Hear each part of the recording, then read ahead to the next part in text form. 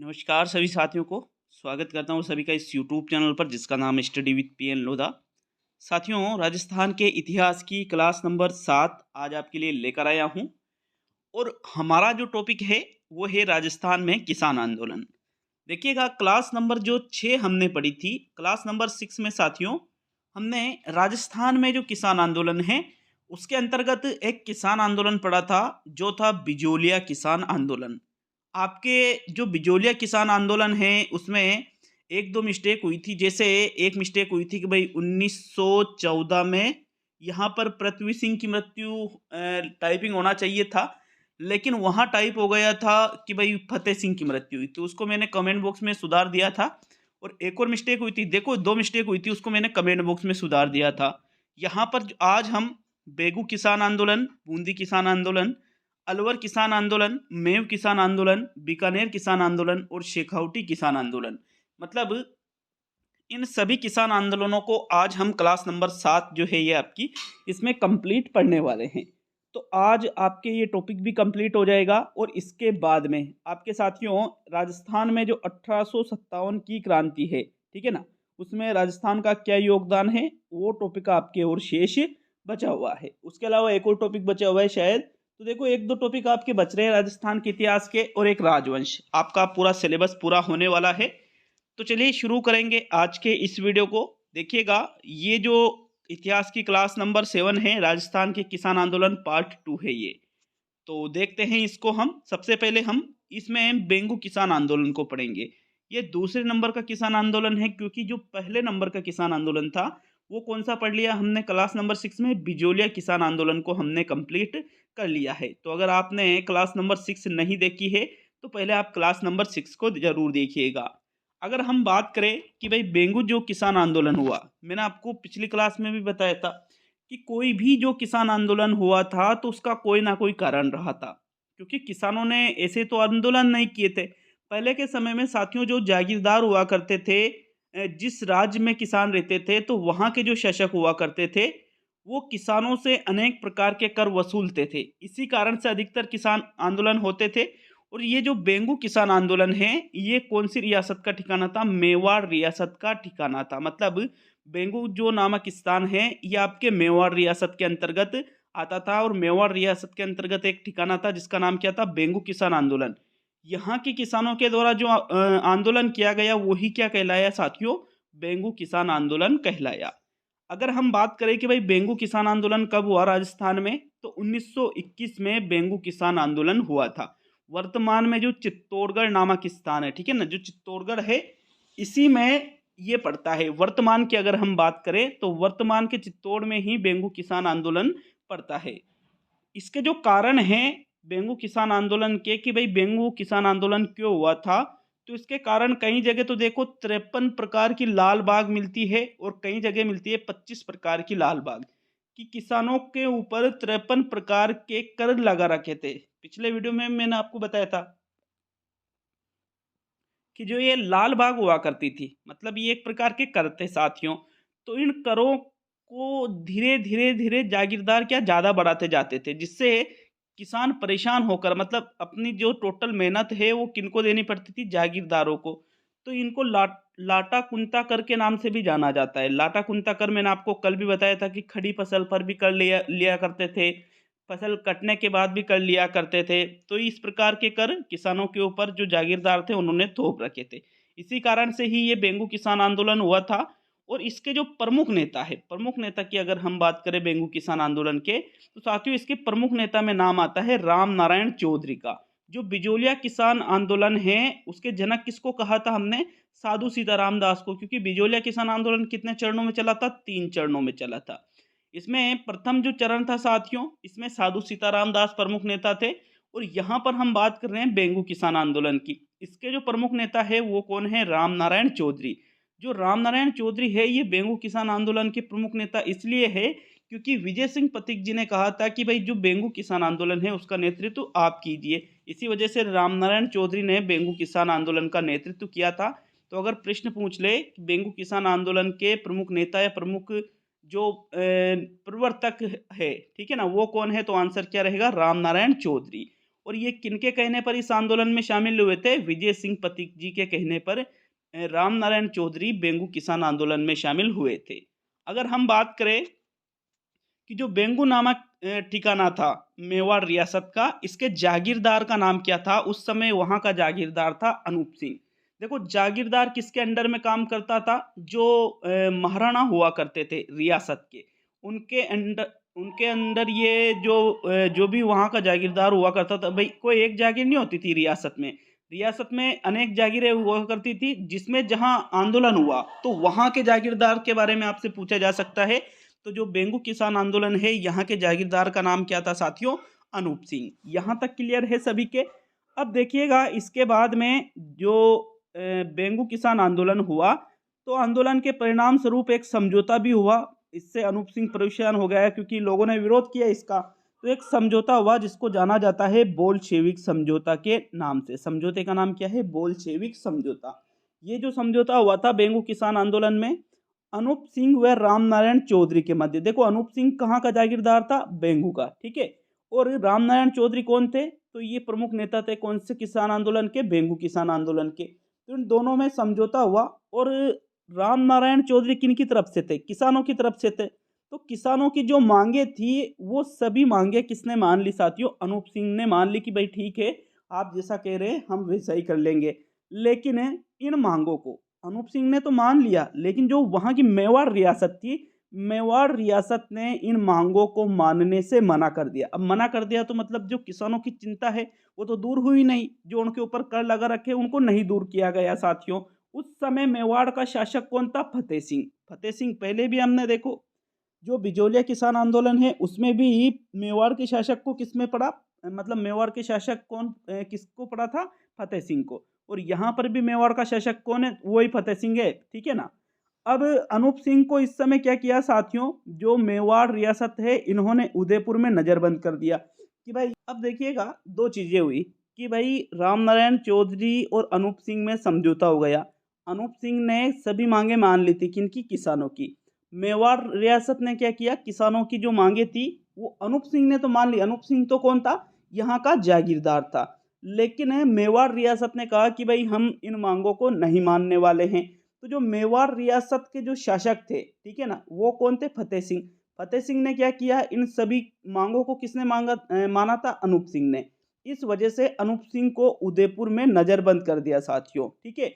और एवं ठिकाने पर मुनसरमात बेटा दी गई। तो मुनसरमात बेटा दी गई, इसका क्या मतलब होता है समझिएगा कि पहले तो जागीरदार था अनूप सिंह बेंगू का, लेकिन उसने एक तरह से कि भाई जो रियासत चाहती है वैसा काम नहीं किया। रियासत तो क्या चाहती थी कि किसानों की जो मांगे हैं उनको नहीं मानेंगे, किसानों के जो कर है उनको कम हम नहीं करने वाले हैं। तो इसीलिए उसको वहां से हटा करके उदयपुर में नजरबंद कर दिया, ठीक है ना, फतेह सिंह ने। और वहां पर मुनसरमात बेटा दी गई कि भाई हम जो चाहेंगे उस हिसाब से, ये एक मुनसरमात एक विभाग आप मान सकते हो कि ये विभाग जो करेगा वही यहाँ पर होने वाला है। तो मुनसरमात में कौन आदमी बैठेंगे? जो फतेह सिंह चाहेगा उनको यहाँ पर बैठा दिया। कहाँ पर? बेंगू में।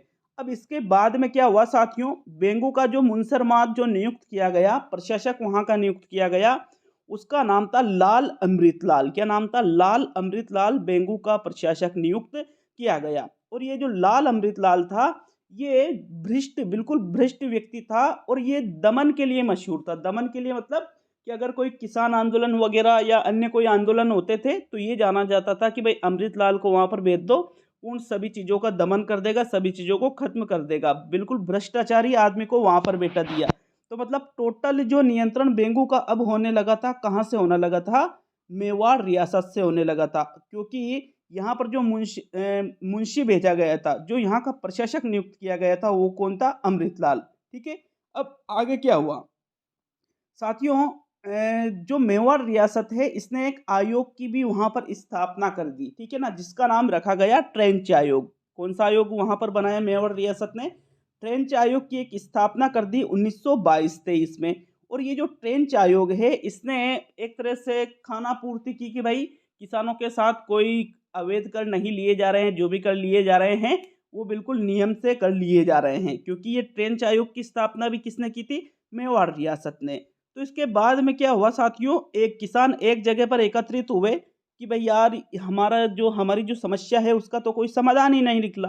तो ये गोविंदपुरा गांव नामक एक स्थान है, गांव का नाम क्या है, गोविंदपुरा। यहाँ पर किसान एकत्रित हुए और साथियों एक घटना हुई उस गांव में, ठीक है। वहाँ किसान जो एकत्रित हुए, वहाँ एक घटना हुई जिसको कहा जाता है गोविंदपुरा गांव हत्याकांड। कहाँ पर पड़ता है ये, भीलवाड़ा में पड़ता है। और ये कब हुआ, 13 जुलाई 1923 को। किसानों की सभा पर ट्रेंच के आदेश पर गोलियां चलाई गई। जो ट्रेंच आयोग था, ठीक है ना, उसका अध्यक्ष कौन था, ट्रेंच था। तो साथियों ट्रेंच ने क्या आदेश दिया कि अगर आप यहाँ पर सभा करोगे और हमारी नहीं सुनोगे तो भाई गोलियां चलाएंगे। किसानों ने उनकी नहीं सुनी तो ट्रेंच ने आदेश दिया गोलियां चलाने का, जिससे साथियों वहां पर रूपा जी और करपा जी धाकड़, किसानों के नाम है ये, रूपा जी और करपा जी धाकड़ नामक किसान शहीद हो गए। और जो विजय सिंह पथिक थे, देखो रामनारायण चौधरी को यहाँ पर किसने भेजा था, विजय सिंह पथिक ने भेजा था। तो विजय सिंह पथिक को 1923 में गिरफ्तार कर लिया गया और इनको कितने साल की सजा दी गई, 5 साल की सजा दी गई। मैंने आपको कल के वीडियो में भी बता दिया था कि भाई विजय सिंह पथिक को जो बिजोलिया किसान आंदोलन चल रहा था, इसके द्वितीय चरण के प्रमुख नेता कौन थे, विजय सिंह पथिक थे। तो ये बिजोलिया किसान आंदोलन का जो द्वितीय चरण समाप्त हुआ था साथियों, ये आपके 1922-23 दोनों ही सन मिलते हैं। तो ये द्वितीय चरण क्यों समाप्त हुआ था, क्योंकि विजय सिंह पथिक को गिरफ्तार कर लिया गया था। कब कर लिया गया था, 1923 में। ये बात हम कल भी पढ़ चुके हैं। इस प्रकार साथियों जो आपके बेंगू किसान आंदोलन है लगभग वो खत्म होने लगा। फिर एक और समझौता हुआ इसमें, जिसको जाना जाता है पारसोली समझौता के नाम से। तो पारसोली समझौता का जो संबंध है वो भी कौन से किसान आंदोलन से है, बेंगू किसान आंदोलन से हो। 2 फरवरी 1922 को एक समझौता हुआ था पारसोली के रावल व ठिकानों के किसानों के बीच। ये समझौता हुआ जिसमें किसानों की कुछ मांगे मान ली गई थी, तो जिसको कहा जाता है पारसोली समझौता। बेंगू किसान आंदोलन में 2-4 चीजें आपको मुख्य रूप से याद रखनी है, कौन कौन सी, एक बार वापस रिपीट कर लेते हैं। देखिए बेंगू किसान आंदोलन जो हुआ वो कौन सी रियासत में हुआ, मेवाड़ रियासत में। कब हुआ, 1921 में, वर्तमान में जो चित्तौड़गढ़ है। लगभग ये माना जाता है कि 53 या 25 प्रकार की लाल बाग किसानों से ली जाती थी। खड़ी फसल पर फसल कटने के बाद कर लिए जाते थे। यहाँ के जो प्रमुख नेता थे बेंगू किसान आंदोलन के, वो कौन थे, रामनारायण चौधरी। किनके कहने पर इस आंदोलन में आए थे, पथिक जी के कहने पर। और उस समय यहाँ का जागीरदार कौन था, अनूप सिंह यहाँ का जागीरदार था। जागीरदार के बीच में और रामनारायण चौधरी के बीच में, मतलब अनूप सिंह और रामनारायण चौधरी के बीच में एक समझौता हुआ जिसको किस नाम से जाना जाता है, बोल्शेविक समझौता के नाम से जाना जाता है। जिसमें अनूप सिंह ने क्या किया था, किसानों की सभी मांगे मान ली थी, लेकिन इन मांगों को मेवाड़ सरकार ने मानने से क्या कर दिया था, मना। और यहाँ का जो शासक था मेवाड़ का, इसने क्या किया, अनूप सिंह को उदयपुर में नजरबंद कर दिया और ठिकाने पर मुनसरमाद बेटा दी गई साथियों। फिर यहाँ पर किस व्यक्ति को नियुक्त किया, अमृतलाल को नियुक्त किया, जो किसका आदमी था, फतेह सिंह का। तो उसने वहां के किसानों को साथियों एक तरह से जो भी उनकी मांगे थी उनको नहीं माना और दमन करना चालू कर दिया। इसी संदर्भ में मेवाड़ रियासत ने एक आयोग स्थापित किया जिसका नाम है ट्रेंच आयोग 1922-23 में। और इस ट्रेंच आयोग का जो प्रमुख था साथियों ट्रेंच, उसने 1900 मतलब 13 जुलाई 1923 को भीलवाड़ा में गोविंदपुरा गांव में किसानों की बैठक चल रही थी, जिस पर गोलियां चला दी गई, जिसके कारण इसको किस नाम से जाना जाता है, गोविंदपुरा गांव हत्याकांड के नाम से। गोविंदपुरा गांव हत्याकांड में कौन कौन से किसान शहीद हुए थे, रूपा जी और करपा जी धाकड़। और विजय सिंह पथिक को क्या कर लिया गया, गिरफ्तार कर लिया गया। ठीक है, यहाँ तक। अब नेक्स्ट जो किसान आंदोलन देखेंगे वो है साथियों आपके बूंदी किसान आंदोलन, जिसको बरड़ किसान आंदोलन के नाम से भी जानते हैं। तो एग्जाम में ये भी पूछा जा सकता है, या तो बूंदी किसान आंदोलन आपके नाम आ सकता है या फिर बरड़ किसान आंदोलन आपके नाम आ सकता है। आप सभी को पता होगा कि सुबह 8 बजे लेवल, आज की बात, ठीक है ना, आज दिनांक 02/11/2022 को सुबह 8 बजे जो study with P N Lodha app है उसमें 149 रुपये वाला जो कोर्स है साथियों, लेवल 1 के पूरे 150 प्रश्नों का टेस्ट अपलोड कर दिया गया है माइनस मार्किंग सहित। और सुबह क्या, दोपहर 1 बजे साथियों, दोपहर 1 बजे लेवल 2 हिंदी का टेस्ट आएगा, हिंदी का। शाम को 5 बजे, टाइम टेबल मैंने कल भी डाल दिया था, टेलीग्राम पर भी डाल दिया था, यूट्यूब पर भी डाल दिया था, सूचना भी भेजी थी मैंने ऐप पर। शाम को 5 बजे एसएसटी लेवल 2 का टेस्ट आएगा और रात को 8 बजे आपके साइंस मैथ्स लेवल 2 का टेस्ट आएगा आज ही। तो ये चारों मेगा टेस्ट जो है ज़रूर अटेंड करें, चाहे आप लेवल 1 से हो या लेवल 2 से। ये आपको ये test study with P N Lodha जो एप्लीकेशन है प्ले स्टोर से भी आप डाउनलोड कर सकते हो। कमेंट बॉक्स में भी मैंने लिंक दे दिया है, तो वहाँ से आप इसको डाउनलोड करके 149 वाला जो कोर्स है साथियों उसमें फ़ोल्डर बना रखे हैं। लेवल 1 के लिए अलग फ़ोल्डर है, लेवल 2 के लिए मैराथन टेस्ट के लिए अलग फ़ोल्डर है। आप 149 रुपये वाली जो टेस्ट सीरीज है इसको ज्वाइन करके इन टेस्टों को अटेंड कर सकते हो। तो चलिए आगे बढ़ते हैं साथियों बूंदी किसान आंदोलन या बरड़ किसान आंदोलन की तरफ। अगर हम बात करें बूंदी किसान आंदोलन की या बरड़ किसान आंदोलन की, तो ये कहाँ पर हुआ था? बरड़ क्षेत्र में ये हुआ था, इसी वजह से इसको बरड़ किसान आंदोलन के नाम से जाना जाता है। देखिए बिजोलिया से सटा हुआ ही ये एक क्षेत्र था। 1922 में ही ये बूंदी किसान आंदोलन या बरड़ किसान आंदोलन की शुरुआत हुई थी। और यहाँ पर जो किसान रहने वाले थे वो कौन सी जाति के थे? अधिकतर गुर्जर जाति के किसान अधिकतर यहाँ पर रहते थे। तो ये जो बूंदी किसान आंदोलन या बरड़ किसान आंदोलन हुआ, इसका कारण क्या था? अगर हम कारण की बात करें तो लगान दर में बढ़ोतरी कर दी गई, बेगारी प्रथा, भ्रष्ट प्रशासन, इन कारणों की वजह से कौन सा आंदोलन हुआ? बूंदी किसान आंदोलन। यहाँ के प्रमुख नेता की बात करेंगे अब कि भाई देखो कोई भी किसान आंदोलन है उसका प्रमुख नेता कोई ना कोई जरूर रहेगा। आपको 2-3 चीजें किसान आंदोलनों में याद रखनी है कि कौन सा किसान आंदोलन कब आरंभ हुआ, कब समाप्त हुआ, और वो जो किसान आंदोलन है साथियों उसका प्रमुख नेता कौन है। आपको ये चीजें जरूर याद रखनी है, ठीक है ना। तो अगर हम बात करें कि भाई जो बूंदी किसान आंदोलन है यहाँ का प्रमुख नेता कौन था, तो पंडित नैनू राम शर्मा जो हैं वो बूंदी किसान आंदोलन या बरड़ किसान आंदोलन के प्रमुख नेता थे। बरड़ किसान आंदोलन या बूंदी किसान आंदोलन में ही एक हत्याकांड हुआ था जिसको जाना जाता है डाबी गांव हत्याकांड के नाम से। कौन सा हत्याकांड हुआ था? डाबी गांव हत्याकांड के नाम से बूंदी किसान आंदोलन या बरड़ किसान आंदोलन को जाना जाता है। तो देखो बात करेंगे डाबी गांव हत्याकांड कहाँ पर हुआ था? राजस्थान में। ये बूंदी में हुआ था। कब हुआ था? 2 अप्रैल 1923 को। पूछ लिया जा सकता है एग्जाम में, आपसे ये चीजें जरूर पूछेंगे भाई। जैसे डायरेक्टली प्रश्न पूछ लिया कि डाबी गांव हत्याकांड का संबंध कौन से किसान आंदोलन से है, तो आंसर क्या रहेगा? डाबी गांव हत्याकांड का संबंध बूंदी या बरड़ किसान आंदोलन से है। डाबी गांव हत्याकांड राजस्थान में कहां पर हुआ था? तो आपका आंसर क्या रहेगा? राजस्थान का जो बूंदी जिला है साथियों, बूंदी में, बूंदी आएगा ऑप्शन में कि भाई राजस्थान के बूंदी में ही डाबी गांव हत्याकांड हुआ था। और कब हुआ था? 2 अप्रैल 1923 को। अगर हम बात करें तो यहाँ पर भी किसानों की सभा चल रही थी जिस पर इकराम हुसैन पुलिस अधिकारी ने गोलियां चला दी साथियों। किसने? इकराम हुसैन नाम का एक पुलिस अधिकारी था जिसने डाबी गांव में किसानों की सभा पर गोलियां चला दी। इसी वजह से इसको कब चला? 2 अप्रैल 1923 को। इसी वजह से इसको क्या कहा जाता है? डाबी गांव हत्याकांड के नाम से इसको जाना जाता है।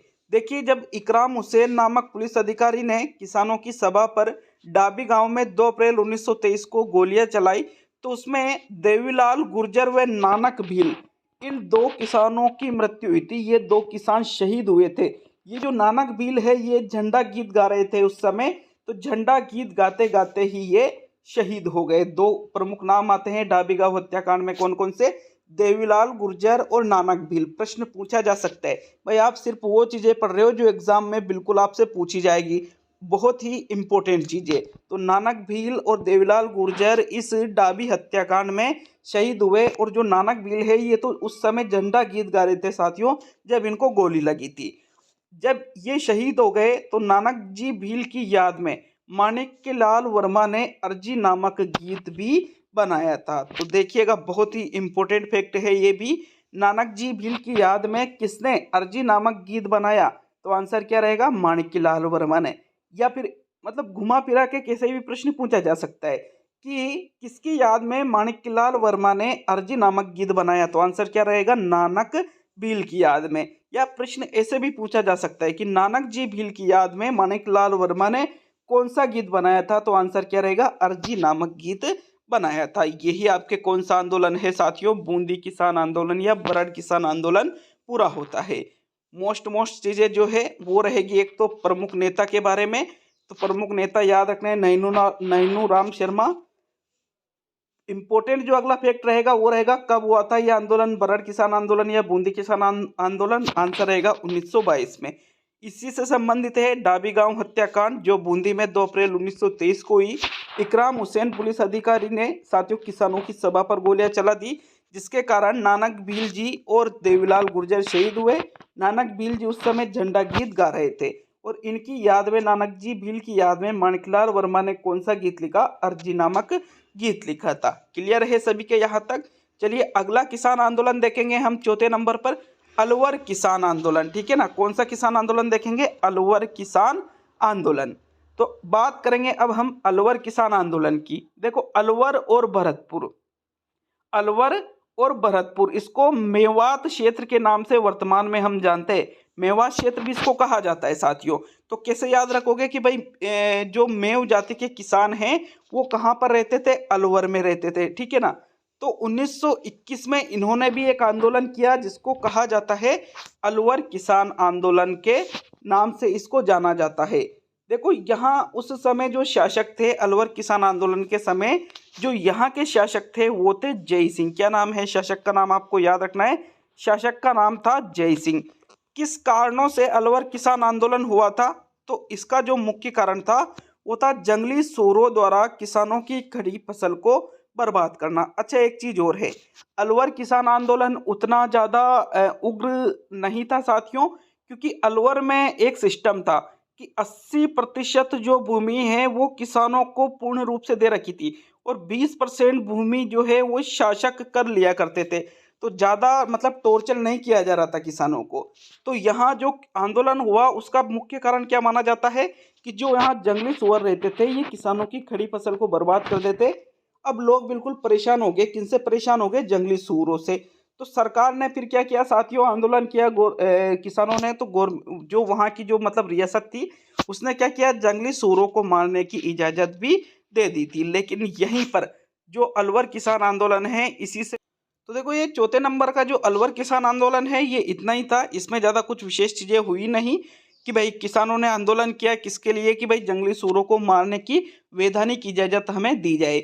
और यहाँ के जो शासक थे उन्होंने इन किसानों को जंगली सूअरों को मारने की भी इजाज़त दे दी थी और ये किसान आंदोलन समाप्त हो गया। तो इसमें तो कुछ ज़्यादा इम्पोर्टेंट है नहीं। लेकिन अलवर में ही एक और किसान आंदोलन हुआ था जिसको जाना जाता है नीमू चना किसान आंदोलन के नाम से। ये भी आपके कहाँ पर हुआ था साथियों?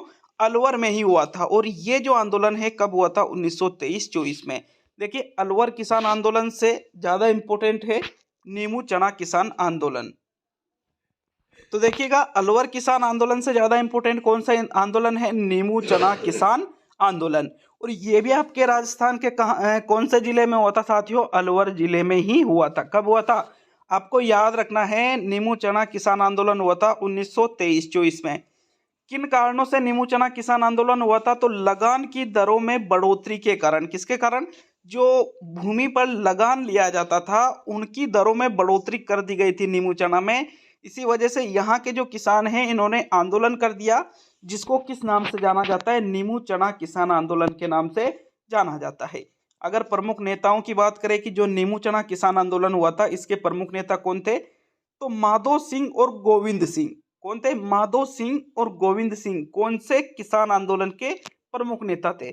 तो आंसर क्या रहेगा आपका? नीमू चना किसान आंदोलन के ये प्रमुख नेता थे। अब यहाँ के जो किसान है साथियों, देखो सभी जगह के किसान क्या कर रहे थे कि अगर कोई भी आंदोलन किया जा रहा है तो अधिकतर जो कारण थे वो कौन सा था? लगान बहुत ज्यादा लिया जाता था। तो किसान यहाँ पर भी एकत्रित हुए।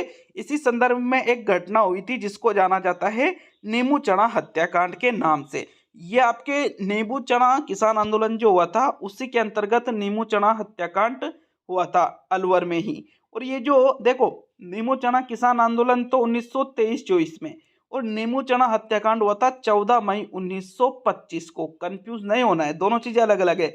नीमू चना किसान आंदोलन की शुरुआत 1923-24 में हुई। कब हुई? 1923-24 में। जबकि नीमू चना हत्याकांड कब हुआ? 14 मई 1925। किसान आंदोलन नीमू चना किसान आंदोलन तो 1923-24 और नीमू चना हत्याकांड 14 मई 1925।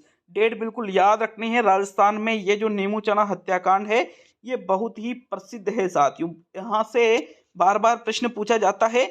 और दो चीजें सबसे इम्पोर्टेंट जो पूछी जाती है कि जो नीमूचना हत्याकांड है राजस्थान में कहाँ पर हुआ था, तो आपका आंसर क्या रहेगा, अलवर में हुआ था। कब हुआ था, 14 मई 1925 को ही नीमूचना हत्याकांड हुआ था। देखो बात करें कि भाई नीमूचना जो हत्याकांड है, अब हत्याकांड ऐसे तो होते ही नहीं थे, गोलियां चलाते थे तब हत्याकांड होते थे साथियों। यहाँ पर जो पुलिस अधिकारी आया था उसका नाम था छज्जू सिंह। क्या नाम था, छज्जू सिंह। छज्जू सिंह ने साथियों नीमूचना में जो किसान एकत्रित हो रहे थे उन पर गोलियां चलाई थी। किसने चलाई थी, छज्जू सिंह के द्वारा। गांधी जी ने इस हत्याकांड की तुलना जलियांवाला बाग हत्याकांड से की और इसे दोहरी डायरशाही भी बताया। यहां से मोस्ट इंपोर्टेंट प्रश्न बनता है, गांधी जी ने किस हत्याकांड की तुलना जलियांवाला बाग हत्याकांड से की, तो आंसर क्या रहेगा, नीमूचना हत्याकांड जो है साथियों, जो अलवर में 14 मई 1925 को हुआ था, जिसमें साथियों छज्जू सिंह ने किसानों पर गोलियां चलाई थी। इसको ही महात्मा गांधी जी के द्वारा इसकी तुलना जो है वो जलियांवाला बाग हत्याकांड से की थी और इसे दोहरी डायरशाही भी बताया था। किसने बताया था, ये महात्मा गांधी जी ने बताया था।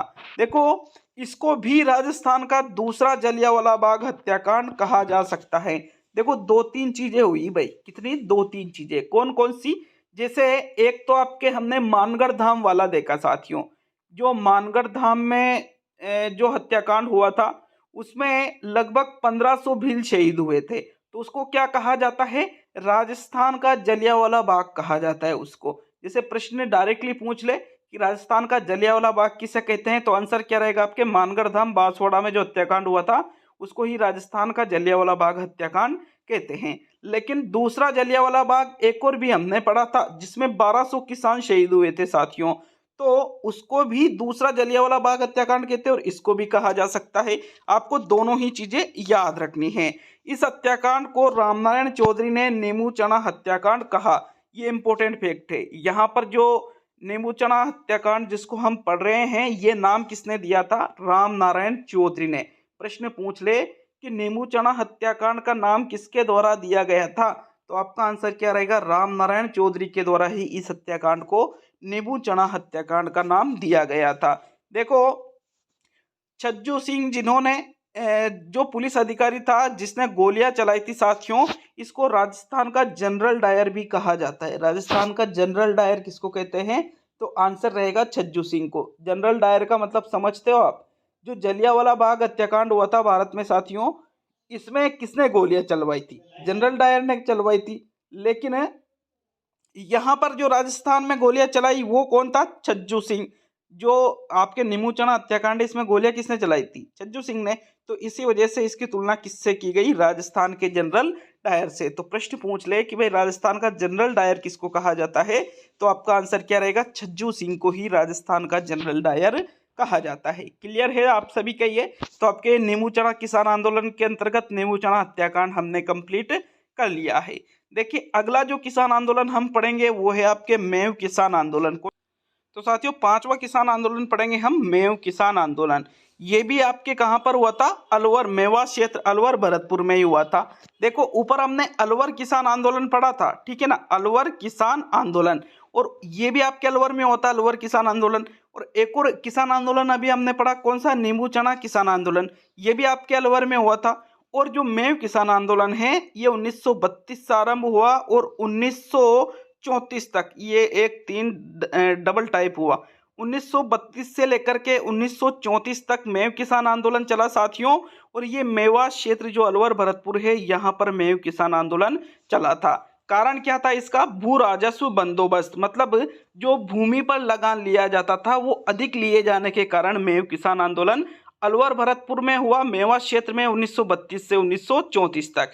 यहाँ के जो प्रमुख नेता थे वो थे चौधरी यासीन खां व मोहम्मद, ठीक है ना, चौधरी यासीन खां और मोहम्मद अली है, ये मोहम्मद अली, ये दो यहाँ के प्रमुख नेता थे।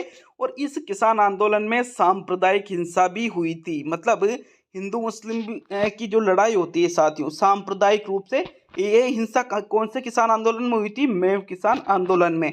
और ये आंदोलन 1934 में समाप्त हो गया था, ठीक है। यहाँ पर मेव किसान आंदोलन में दो तीन चीजें याद रखनी है कि मेव किसान आंदोलन राजस्थान के किस क्षेत्र में हुआ था, तो मेवात क्षेत्र में, अलवर भरतपुर में। कब से लेकर कब तक चला, 1932 से लेकर के 1934 तक ये चला था।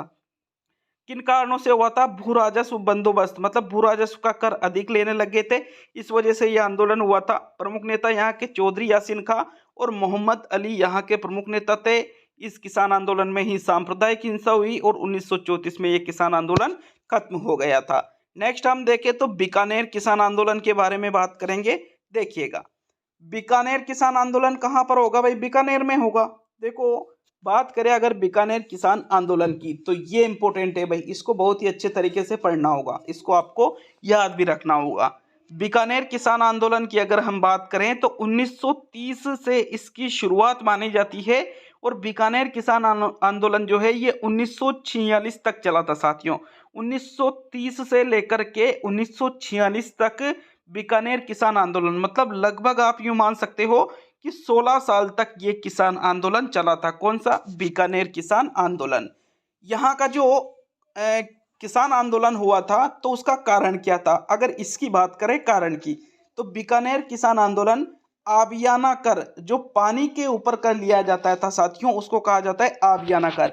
ये सबसे मुख्य वजह रही थी बीकानेर किसान आंदोलन की। साथ ही लगान दरों में यहाँ पर वृद्धि कर दी गई थी, सामंती शोषण किया जा रहा था, सामंतों के द्वारा शोषण और अत्याचार किया जा रहा था, आबियाना नामक कर लिया जा रहा था। इस वजह से कौन सा आंदोलन हुआ था, बीकानेर किसान आंदोलन हुआ था। कब से लेकर कब तक यह आंदोलन हुआ था, 1930 से लेकर के 1946 तक। अगर हम चलिए आगे बढ़ते हैं बीकानेर किसान आंदोलन में। साथियों, बीकानेर जो किसान आंदोलन हुआ ये उदासर गांव बीकानेर में हुआ था और यहाँ पर जो मुख्य व्यक्ति का नाम आता है वो है जीवन राम चौधरी। महाजन ठिकाना बीकानेर में पड़ता है, ये इसी के अंतर्गत आता था। और इसी बीकानेर किसान आंदोलन के अंतर्गत दूधवा खारा किसान आंदोलन भी हुआ और कांगड़ कांड भी हुआ। ये भी किसके अंतर्गत आते हैं, बीकानेर किसान आंदोलन के अंतर्गत ही आते हैं। तो देखिए, दूधवा खारा जो किसान आंदोलन हुआ और जो कांगड़ कांड हुआ, इनको भी हम किसके अंतर्गत पढ़ेंगे, बीकानेर किसान आंदोलन के अंतर्गत। देखिए, ये भी एक किसान आंदोलन ही है और ये एक कोई घटना है साथियों, कांगड़ कांड। तो देखिए, अब हम दूधवा खारा किसान आंदोलन को भी देखेंगे और कांगड़ कांड को भी देखेंगे। ये भी आपके कहाँ पर पड़ता है, उस समय के बीकानेर की रियासत के अंतर्गत ये आता था। तो देखिए, दूधवा खारा किसान आंदोलन की हम बात करते हैं। अगर बात की जाए दूधवा खारा किसान आंदोलन की, तो कौन सी रियासत में दूधवा खारा किसान आंदोलन हुआ आपके, क्योंकि हम बीकानेर किसान आंदोलन पढ़ रहे हैं और बीकानेर किसान आंदोलनों के अंतर्गत ही दूधवा खारा किसान आंदोलन आता है साथियों। बीकानेर रियासत के अंतर्गत ये आता था। और देखिए, वर्तमान में जो चूरू है, वर्तमान की बात की जा रही है, उस समय तो ये बीकानेर रियासत में आता था, लेकिन वर्तमान में जो चूरू है यहीं पर दूधवा खारा किसान आंदोलन हुआ था। और उस समय की जो बीकानेर रियासत थी उसमें साथियों ये दूधवा खारा किसान आंदोलन हुआ था। बात करें अगर दूधवा खारा किसान आंदोलन की कि किन कारणों से दूधवा खारा किसान आंदोलन हुआ था, तो वही सामंती अत्याचार और शोषण के कारण, कि सामंतों के द्वारा यहाँ के किसानों पर जो अत्याचार किए जा रहे थे, जो उनका शोषण किया जा रहा था, इसी वजह से दूधवा खारा किसान आंदोलन हुआ। देखो, यहाँ के जो जागीरदार थे वो थे सूरजमल। क्या नाम था जागीरदार का, नाम आपसे पूछा जा सकता है साथियों। सूरजमल यहाँ के जागीरदार थे। और प्रमुख नेता की अगर हम बात करें, दूधवा खारा किसान आंदोलन के प्रमुख नेता कौन थे, तो हनुमान सिंह और मधाराम वैद्य, इन दो प्रमुख व्यक्तियों का नाम आता है किसमें, दूधवा खारा किसान आंदोलन में। साथियों, हनुमान सिंह को जेल भेज दिया गया और 1946 में हनुमान सिंह के द्वारा जेल में ही, कहाँ, जेल में ही भूख हड़ताल की गई थी। किनके द्वारा, हनुमान सिंह के द्वारा।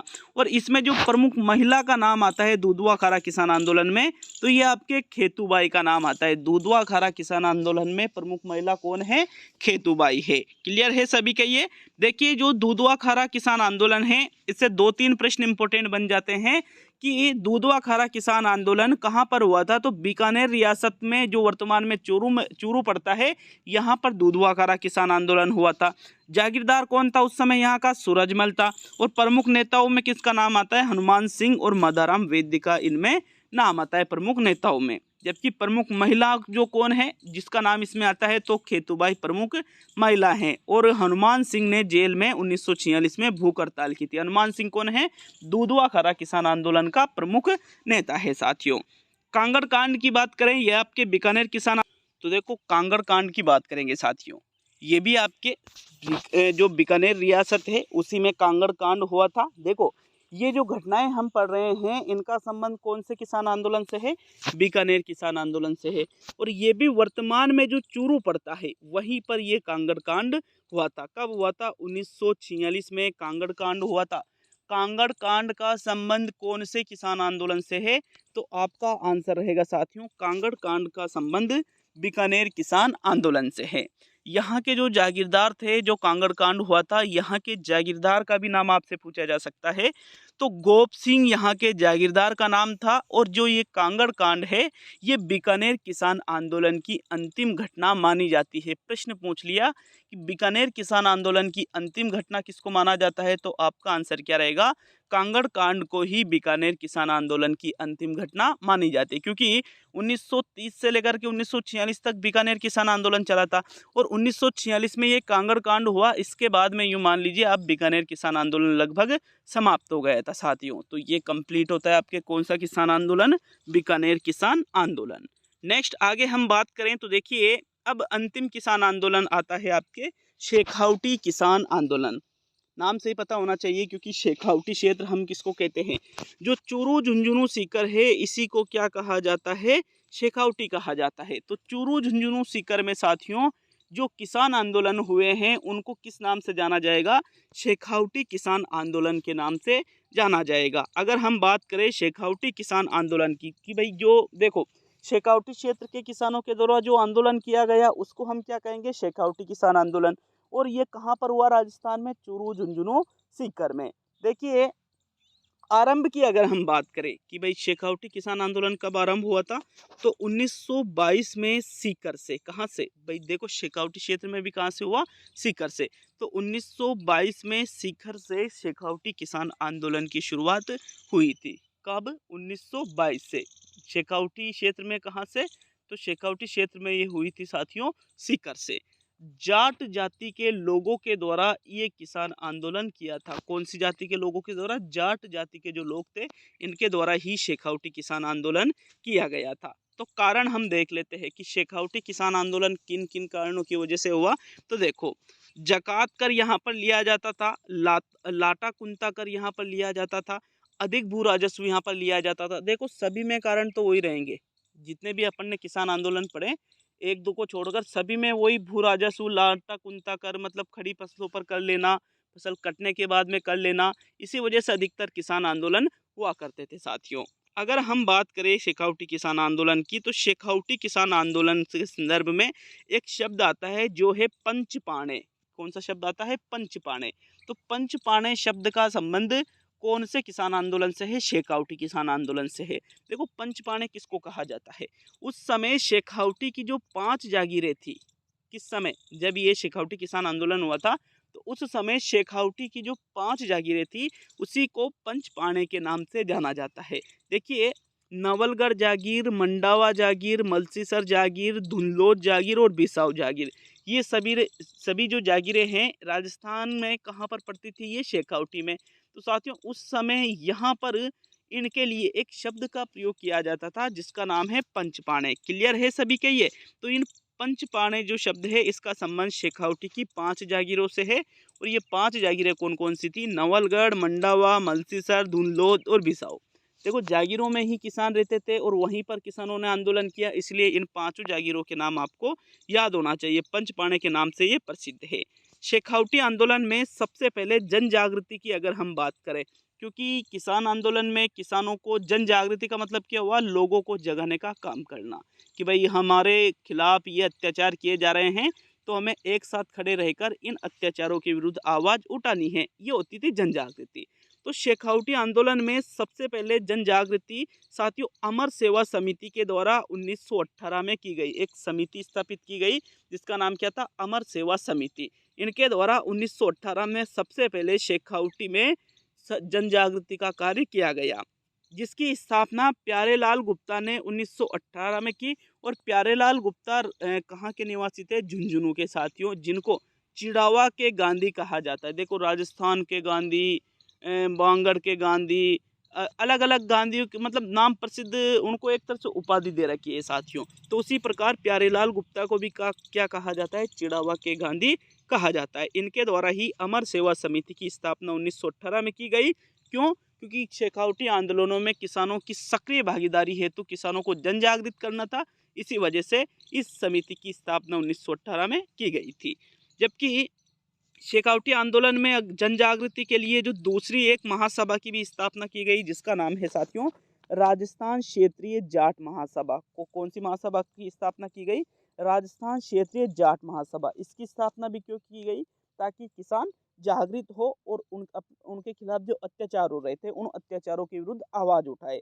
1931 में राजस्थान में क्षेत्रीय जाट महासभा का गठन किया गया, जिसकी स्थापना ठाकुर देशराज ने की थी। और ये ठाकुर देशराज कहाँ के रहने वाले थे? भरतपुर के। साथियों इन्होंने एक अधिवेशन किया था राजस्थान क्षेत्रीय जाट महासभा के अंतर्गत पलथाना सीकर में। पलथाना नामक एक स्थान है सीकर में, वहीं पर इसका एक अधिवेशन भी मतलब एक सम्मेलन आयोजित किया था, जिसमें अनेक किसान एकत्रित हुए थे साथियों। कहाँ पर? पलथाना सीकर में। कौन सी महासभा के अंतर्गत ये सम्मेलन हुआ था? राजस्थान क्षेत्रीय जाट महासभा के अंतर्गत 1931 में जिसका गठन किया गया था। चलिए आगे हम बढ़ेंगे साथियों। तो अगर हम बात करें शेखावटी आंदोलन की महत्वपूर्ण घटनाओं के बारे में कि शेखावटी आंदोलन जो शेखावटी किसान आंदोलन हुआ, इसकी कौन कौन सी महत्वपूर्ण घटनाएं घटी जो आपके एग्जाम में आपसे पूछी जा सकती है। तो सबसे पहले हम शेखावटी किसान आंदोलन के बारे में जो घटनाएं पढ़ेंगे वो पढ़ेंगे जयसिंहपुरा हत्याकांड। पहली घटना जो सबसे इम्पोर्टेंट आती है वो कौन सी है? जयसिंहपुरा हत्याकांड। तो देखो ये आपके शेखावटी किसान आंदोलन के अंतर्गत जो जो महत्वपूर्ण घटनाएं हैं उनको हम पढ़ रहे हैं साथियों। जयसिंहपुरा हत्याकांड झुंझुनू में हुआ था 21 जून 1934 को। कहाँ पर? झुंझुनू में 21 जून 1934 को। देखिएगा किस कारण से ये जयसिंहपुरा हत्याकांड की अगर हम बात करें तो ठाकुर के भाई जो उस समय वहाँ के ठाकुर थे, ईश्वरी सिंह उनका नाम था। ठाकुर के भाई का नाम, ठाकुर का नाम ईश्वरी सिंह नहीं था, ठाकुर के भाई का नाम। इन्होंने क्या किया साथियों, खेतों में किसान काम कर रहे थे, उन किसानों पर गोलियां चलाई थी। किसने? ठाकुर के भाई ईश्वरी सिंह ने। तो ये जयसिंहपुरा हत्याकांड की एक महत्वपूर्ण घटना है। कहाँ के आंदोलन की? शेखावटी किसान आंदोलन की। और साथियों जब इस ईश्वरी सिंह ने किसानों पर गोलियां चलाई तो इस कारण से ईश्वरी सिंह को गिरफ्तार कर लिया गया और उन पर मुकदमा चला। मुकदमा चलने के बाद में जो उनको सज़ा दी गई वो 1.5 साल की सज़ा दी गई थी। 1/1/2 लिख दिया मैंने, 1.5 साल की इनको सज़ा हुई थी। देखो बहुत ही इंपॉर्टेंट चीज़ ये है कि एकमात्र हत्याकांड जिसमें किसानों के हत्यारों को सज़ा हुई है। नहीं तो यूँ मान लीजिए जिसने भी किसानों को मारा किसी को कोई सज़ा नहीं मिली थी। बस ये ईश्वरी सिंह को 1.5 साल के लिए कारावास की सज़ा दी गई थी साथियों। तो ये कौन सा हत्याकांड है? जयसिंहपुरा हत्याकांड। जयसिंहपुरा जो हत्याकांड है ईश्वरी सिंह ने किया। नाम क्या है? जयसिंहपुरा हत्याकांड। लेकिन किसने किया? ईश्वरी सिंह ने किया। खेतों पर काम कर रहे किसानों पर इसने गोलियां चलाई थी 21 जून 1934 को। और इसके लिए ईश्वरी सिंह को कितने साल की सजा हुई? 1.5 साल की। आगे हम बात करें साथियों शेखावटी किसान आंदोलन की महत्वपूर्ण घटनाओं में अगली घटना की, तो आपके आता है कुंदन कांड। क्या नाम आता है? कुंदन कांड। जो कुंदन कांड है इसका संबंध भी कौन से किसान आंदोलन से है? शेखावटी किसान आंदोलन से है। देखो कुंदन कांड हुआ था सीकर में अप्रैल 1935 को। कुंदन कांड कहाँ हुआ था? सीकर में अप्रैल 1935 को। कैप्टन वेब ने किसानों के ऊपर गोलियां चलाई थी साथियों। इसी वजह से देखिएगा एक यहाँ इसी वजह से ये कुंदन कांड हुआ था, क्योंकि गोलियां चलाई तो लोग मरेंगे साथियों। उस समय यहाँ जो प्रमुख नेता है वो थी धापी देवी। कौन सी? धापी देवी। तो इसकी जो चर्चा है वो चर्चा बहुत इंपॉर्टेंट फैक्ट आता है ये कि कुंदन कांड की चर्चा हाउस ऑफ कॉमन्स ब्रिटिश संसद में हुई। और इसकी खबरें, कुंदन कांड की खबरें डेली हेराल्ड नामक लंदन के समाचार पत्र में भी आई थी। बहुत ही इंपॉर्टेंट घटना है ये दोनों, क्योंकि अगर राजस्थान में कोई चीज़ हो रही है, उस समय ब्रिटिश शासन था, अप्रैल 1935 की बात है साथियों। इसकी चर्चा कहाँ हुई? हाउस ऑफ कॉमन्स ब्रिटिश संसद। हाउस ऑफ कॉमन्स ब्रिटिश संसद में साथियों कुंदन कांड की चर्चा हुई। और कुंदन कांड की जो घटनाएं हैं वो किस अखबार में छपी? डेली हेराल्ड नामक लंदन के एक समाचार पत्र में कुंदन कांड की जो खबरें हैं वो प्रकाशित हुई थी। इसी वजह से साथियों सीकर में 26 मई सीकर दिवस मनाया गया था 26 मई 1935 को। इसी वजह से मनाया गया था, मनाया जाता नहीं, मनाया गया था 26 मई 1935 को। नेक्स्ट हम बात करें शेखावटी किसान आंदोलन की अगली घटना के बारे में। तो देखो अगली घटना आती है कटराथल सम्मेलन। कौन सा सम्मेलन आता है? कटराथल सम्मेलन। अच्छा है ना, जिन्होंने ऐप पर टेस्ट सीरीज ज्वाइन नहीं कर रखी है तो वो ज्वाइन जरूर कर ले। नाम मात्र की फीस है 149 रुपये साथियों। स्टडी विद पीएन लोधा नाम से ऐप है। 149 रुपये में आपको मेगा टेस्ट प्रोवाइड करवाए जा रहे हैं। डेली के 2 टेस्ट वहाँ पर प्रोवाइड करवाए जा रहे हैं। लेवल 1 के लिए भी ये कोर्स है और लेवल 2 के लिए भी कोर्स है, मात्र 149 रुपये में। मैंने ऐप का लिंक कमेंट बॉक्स में भी दे दिया है और आप प्ले स्टोर से जाकर भी ऐप को डाउनलोड कर सकते हो। तो कटरातल सम्मेलन की अगर हम बात करें, ये भी शेखावटी किसान आंदोलन की एक महत्वपूर्ण घटना है। ये कहाँ हुई थी? आपके सीकर में 25 अप्रैल 1934 को। साथियों, कटरातल सम्मेलन का कारण था सिहोर ठाकुर मानसिंह द्वारा महिलाओं के साथ अमानवीय व्यवहार करना। एक ठाकुर है जिसका नाम है मानसिंह। कहाँ के ठाकुर थे ये? सिहोर के। साथियों, इनके द्वारा महिलाओं के साथ अमानवीय व्यवहार किया गया था। इसी वजह से कटरातल सम्मेलन सीकर में 25 अप्रैल 1934 को आयोजित किया गया था। और इस सम्मेलन के जो अध्यक्ष थी वो थी किशोरी देवी, जिनके पति का नाम था हरलाल। ये किस सम्मेलन के अध्यक्ष थी? कटरातल सम्मेलन की। और साथियों, वक्ता मतलब जो बोलने वाली, भाषण देने वाली जो महिला थी वो थी उत्तमा देवी। ये ठाकुर देशराज की पत्नी थी। कौन? उत्तमा देवी। साथियों, इस सम्मेलन में बहुत ही महत्वपूर्ण बात यह है कि 10,000 महिलाओं ने इस सम्मेलन में भाग लिया था, क्योंकि महिलाओं के साथ अमानवीय व्यवहार किया। इसी वजह से ये महिलाओं का ही एक सम्मेलन था। इसमें 10,000 महिलाओं ने भाग लिया था। साथियों, अध्यक्ष कौन थी इस सम्मेलन की? किशोरी देवी। और वक्ता कौन थी? उत्तमा देवी। याद रख लोगे। इसके अलावा आपके किसान आंदोलन तो पूरे हो चुके हैं, लेकिन अन्य किसान आंदोलनों से जुड़ी कुछ महत्वपूर्ण घटनाएं भी है। जैसे एक आती है आपके चंडावल की घटना। ये हुई थी सोजत पाली में 28 मार्च 1942 ईस्वी को। इंपॉर्टेंट चीज़ है, बाई चांस अगर पूछ ले, लेकिन हालांकि पूछेगा नहीं, लेकिन फिर भी पूछ ले तो इन घटनाओं को भी पढ़ना जरूरी है। 2-3 घटनाएं उनको और कंप्लीट कर लेते हैं और आपके ये किसान आंदोलन से संबंधित जो टॉपिक है ये कंप्लीट होता है। साथियों, चंडावल घटना की अगर हम बात करें तो किसानों को जागरूक करने के लिए सम्मेलन का आयोजन किया गया था कि भाई किसानों को जागरूक करने के लिए, मतलब वही कर वर की बात हो रही है कि भाई किसान ज़्यादा से ज़्यादा जागृत हो। इसी वजह से चंडावल की घटना हुई थी सोजत पाली में 28 मार्च 1942 को। एक सम्मेलन का आयोजन किया गया था। अगर हम अगला बात करें अगली घटना की, अन्य किसान आंदोलन से जुड़ी महत्वपूर्ण घटनाओं में, तो डावड़ा कांड आता है साथियों। एक डिडवाना नागौर में 13 मार्च 1947 को डावड़ा कांड हुआ था, जिसके मुख्य आयोजनकर्ता थे मथुरा दास माथुर। और इसका कारण था जागीर प्रथा व लाल बाग विरोधी नारे लगाना। इस डावड़ा कांड में 12 किसान शहीद हुए थे। कितने? 12 किसान शहीद हुए थे। कौन से कांड में? डावड़ा कांड में। देखो 2-3 चीजें पूछ ली जा सकती है। डावड़ा कांड कब और कहाँ हुआ? डिडवाना नागौर में 13 मार्च 1947 को। डावड़ा कांड में कितने किसानों की गोली लगने से मृत्यु हुई या कितने किसान शहीद हुए? तो 12 किसान इसमें शहीद हुए थे साथियों। और मुख्य आयोजनकर्ता कौन थे? मथुरा दास माथुर। जबकि तीसरे नंबर की जो महत्वपूर्ण घटना है वो है खुड़ी गांव की घटना, जो आपके सीकर में 25 मार्च 1935 को हुई थी साथियों। देखो, किसानों की बारात में दूल्हे को घोड़ी पर बैठकर तोरण मारने से रोक लगा दी गई थी। खुड़ी गांव की ये एक महत्वपूर्ण घटना है किसान आंदोलन से जुड़ी हुई। तो ये किसान आंदोलनों में कुछ इंपॉर्टेंट चीज़ें हमने पढ़ी है। किसान आंदोलन जो महत्वपूर्ण, बेंगू किसान आंदोलन जैसे हमने पढ़ा, शेखावटी किसान आंदोलन पढ़ा, अलवर किसान आंदोलन पढ़ा, नींबू चना किसान आंदोलन पढ़ा। उनमें जो हत्याकांड हुए लगभग हमने सारी चीज़ें कंप्लीट कर ली है। तो क्वेश्चन अगर इनमें से आया तो बिल्कुल निश्चित रूप से जो आपने पढ़ा है उन्हीं में से प्रश्न आएगा साथियों। अपने वीडियो को पूरा देखा। टेस्ट सीरीज आपने अगर नहीं ले रखी है तो टेस्ट सीरीज लीजिए और एग्जाम तक 149 रुपये में रोजाना टेस्ट सीरीज अटेंड कीजिएगा app study with P N Lodha पर। मिलते हैं नेक्स्ट वीडियो में। बहुत बहुत धन्यवाद सभी का वीडियो को पूरा देखने के लिए।